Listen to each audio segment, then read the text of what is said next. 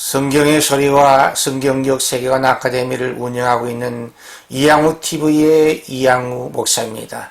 반갑습니다. 나의 사랑이요 나의 기쁨이며 나의 희망이신 8,500만 대한민국 국민 여러분, 여러분을 진심으로 사랑합니다. 먼저 여러분의 삶의 자양분이 될 책 한 권을 소개합니다. 이양우저 행복한 명문 가정으로 안내하는 나침판입니다. 이 책은 결혼식을 통해 불신 친구, 불신 부모, 불신 친척들을 전도하도록 돕는 최선의 책입니다. 이 책은 결혼 축하객들에게 행복한 명문 가정에 대한 꿈을 심어주므로 전도할 수 있는 좋은 책입니다.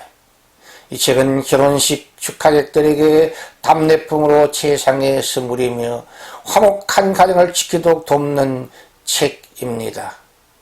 오늘 생명의 말씀을 듣기 전에 여러분의 유튜브에서 붉은색 구독 표시와 엄지척 표시를 꾹 눌러주시므로 성경의 소리 이양우TV를 애청하는 구독자가 되어주시면 감사하겠습니다. 고맙습니다. 오늘은 기독교 타월성의 진리 62번째 시간으로 예수님의 세계관에 대한 귀한 말씀을 여러분과 함께 나누려고 합니다. 사람마다 세상, 자연, 짐승, 인간, 신을 바라보는 관점이 다른 색안경을 끼고 살아간다고 말할 수 있습니다. 각자 다른 그 색안경을 학자들은 세계관 혹은 가치관이라고 부릅니다. 불교에서는 사람의 윤회설을 믿고 있습니다. 그 결과 불교의 윤회설은 사람마다 살다가 죽으면 사람이나 소 혹은 개나 벌레와 같은 다른 동물로 태어나며 그것이 계속 영원히 계속된다고 보는 세계관입니다. 그래서 엄격한 불교 성도들은 살생한 짐승의 고긴 육식을 먹지 않습니다. 그 이유는 그 고기는 자기들의 조상의 시체일 수 있기 때문입니다. 또한 미신 숭배자인 샤머니즘 신자들은 동물이나 이상한 나무, 돌부처를 그들의 신앙의 대상으로 삼습니다. 그리고 인도의 힌두교는 교도들은 소를 신격하여 섬기므로 119 불자동차가 긴급한 사고가 나서 도로를 달리다가도 수백 마리의 솥대들이 길을 막으면 그 솥대들이 다 지나갈 때까지 기다려야 된다고 합니다. 그 결과는 큰 화재, 무서운 잿더미만 남게 되는 것입니다. 사람들의 세계관과 가치관의 뿌리는 그 국가의 주류 종교 사상이 뿌리에 그 국가의 종교 사상이 자리 잡고 있음을 알 수 있습니다. 그러므로 그 나라의 많은 국민들의 신앙이 무엇인가에 따라서 그 나라의 발전의 속도와 방향이 결정됩니다. 그러므로 올바른 창조관, 올바른 우주관, 올바른 자연관, 올바른 인간관, 올바른 신관을 가지고 있는 기독교는 좋은 종교인 동시에 건강한 종교이며 탁월한 종교임이 분명합니다. 예수 그리스도는 질병을 하나님의 영광을 나타낼 기회로 보십니다. 예수님과 12제자들이 가까이 하며 서로 사랑했던 나사로가 중병에 걸렸습니다. 그래서 마리아는 예수님 빨리 오셔서 우리 오빠 좀 살려주십시오 라고 사람을 보냈습니다. 그런데 예수님께서 그 소식을 듣고 너무나 이상한 말씀을 하셨습니다. 요한복음 11장 4절에 말씀하시기를 이 병은 죽을 병이 아니라 하나님의 영광을 나타낼 병이다 라고 말씀하신 것입니다. 인간들이 경험하는 질병은 감당하기 힘들고 어렵지만 하나님을 만날 수 있고 예수 복음을 받아들일 수 있는 아주 좋은 기회가 될 수도 있습니다. 우리가 잘 알고 있는 개인 전도왕인 유명한 최명자 전도사의 회심의 과정과 결심 이후에 그녀의 삶의 변화는 참으로 감동적입니다. 그녀는 수많은 질병을 앓고 있다가 예수를 잘 믿으면 모든 병을 고칠 수 있다는 전도자의 말을 믿고 교회 예배에 처음 참석하여 성령 하나님의 강력한 감동과 역사 가운데 예수 복음 듣고 그 자리에서 바로 예수님을 나의 주 나의 하나님으로 영접하여 새 사람이 되었습니다. 예수 믿는 것이 너무 좋아서 만나는 사람마다 전도하여 1년에 500여 명을 전도하고 교회에 등록시키는 기적의 전도자가 되었습니다. 그 와중에 그 많던 질병도 주 예수님의 은혜로 치유되는 기적을 경험하였고 매년 수백 명을 전도하여 결신시키고 교회에 등록시키는 전도왕이 되었습니다. 전도 사역을 계속하다가 신학을 공부하고 교역자가 되었고 한국과 미국 등 전 세계에 흩어지는 한인 교회들의 초청을 받아서 전도 간증 집회 전문 강사로 귀하게 쓰임받고 있습니다.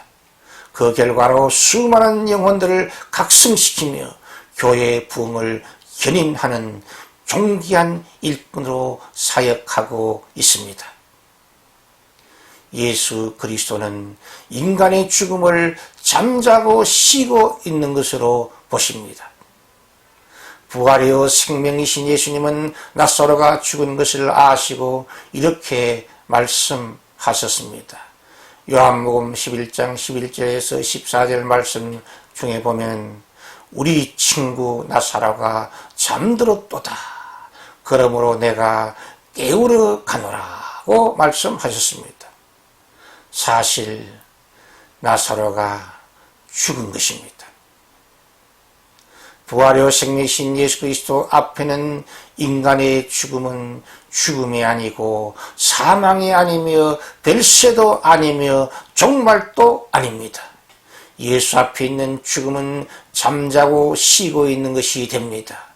그 이유는 생명의 시작이 예수 그리스도이시며 생명의 주인도 예수 그리스도이시며 생명의 부활도 예수 그리스도이시기 때문입니다. 그러므로 죽음 같은 절망과 위기 가운데서 우리가 하나님께 드릴 기도 제목은 하나님 살려주십시오. 주님 구원해 주십시오. 하나님 보호해 주십시오.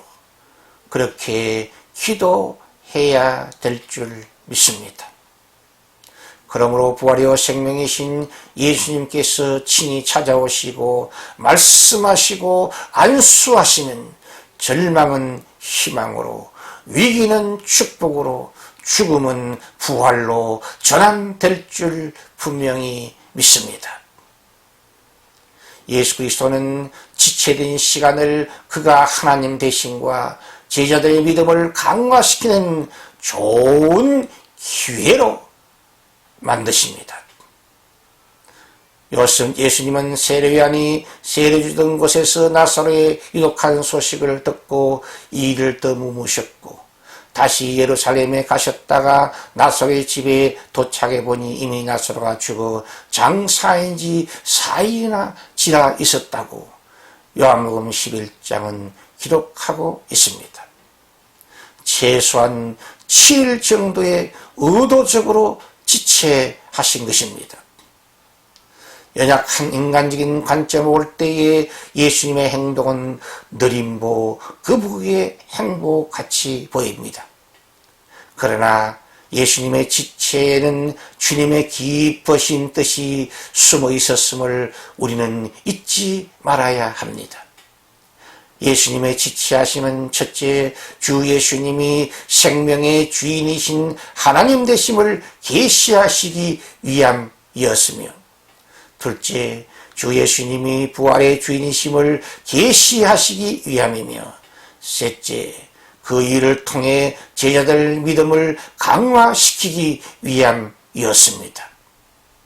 부활이요 생명이신 예수 그리스도는 나사로 오빠의 죽음 앞에 절망하고 울고 있던 마리아와 마르다에게 그녀들의 오빠 나사로를 부활시켜 주셨습니다.